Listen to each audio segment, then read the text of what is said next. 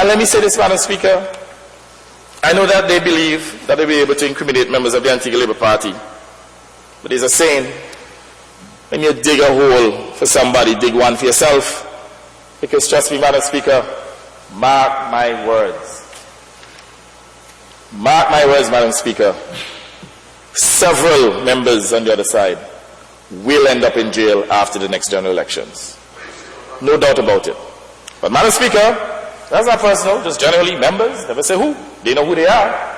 But I want to say, Madam Speaker, you're still maligning the members of this House. Well, that's plural. It's not specific. You're maligning all the members of this House. No, I'm not. I didn't say all. Do not accept that. But anyway, moving right along, Madam Speaker. Point I'm making here is that the country's scarce resources are being wasted on non-value-added expenses. Governments are elected to create value for the people, and the UPP has failed and failed miserably in that regard. They use all sorts of little programs like the school meals program, the school uniform program to make it look as they're doing well, but it's only $13 million. They speak about paying back pay. Madam Speaker, every single year there was always an element of back pay in the budget. I recall in 2003 we paid $10 million in back pay. They're making it sound as though back pay is some new, phenomena.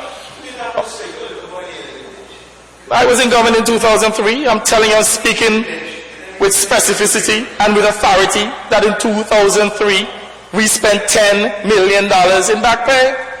And Madam Speaker, when we win the next general elections, we will have to pay back pay, payments that should have been made by the UPP. It's nothing new. So for them to come and say, oh well, the wage bill increased by $150 million because we had to pay $28 million in back pay, give me a break. Absolute nonsense.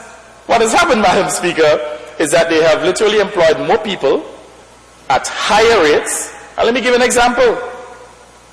Colin Derrick's sister, Madam Speaker, in the Ministry of Finance, making $20,000 a month. That's a fact.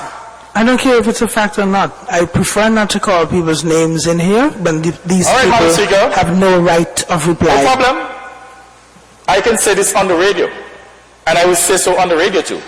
The point is, that individual, Madam Speaker, is making $20,000 a month. That individual, I said. Let us not repeat. Let's move on. And if I'm lying, Madam Speaker, the member there for Rural East can stand up and say how much that individual is making. More than the PS, making more money than the PS, Madam Speaker, making more money than the Financial Secretary, making more money than the Minister too, and many others, Madam Speaker, in the public sector who are more deserving. And that is just a typical example. There are many more. Consultancy fees, Madam Speaker. When we're in government, consultancy fees stood at $3 million. Today, Madam Speaker, the UPP is spending over $30 million a year in consultancy fees, creating jobs to the boys.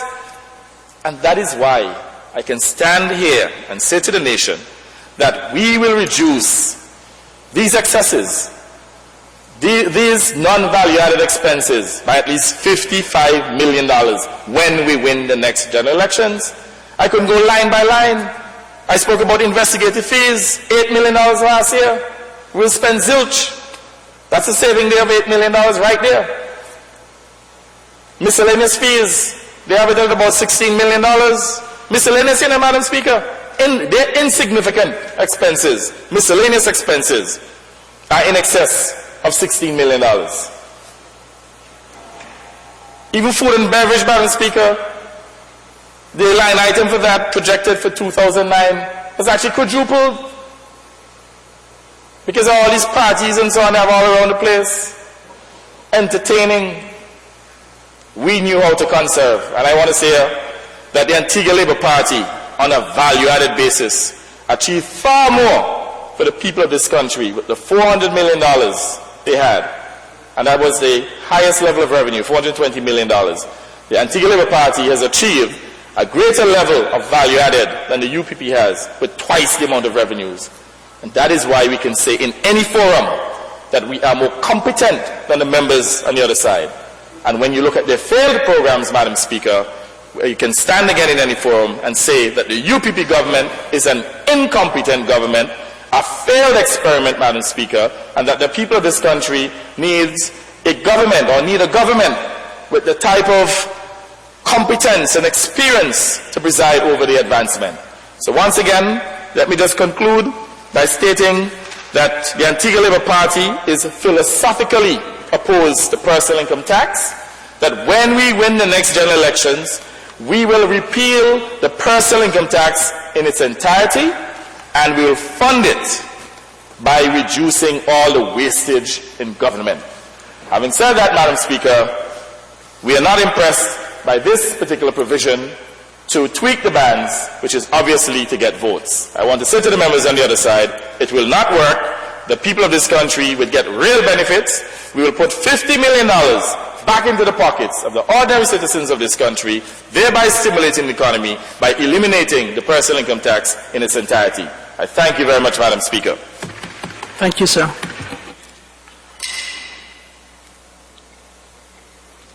Acknowledge the honourable member for St. John's.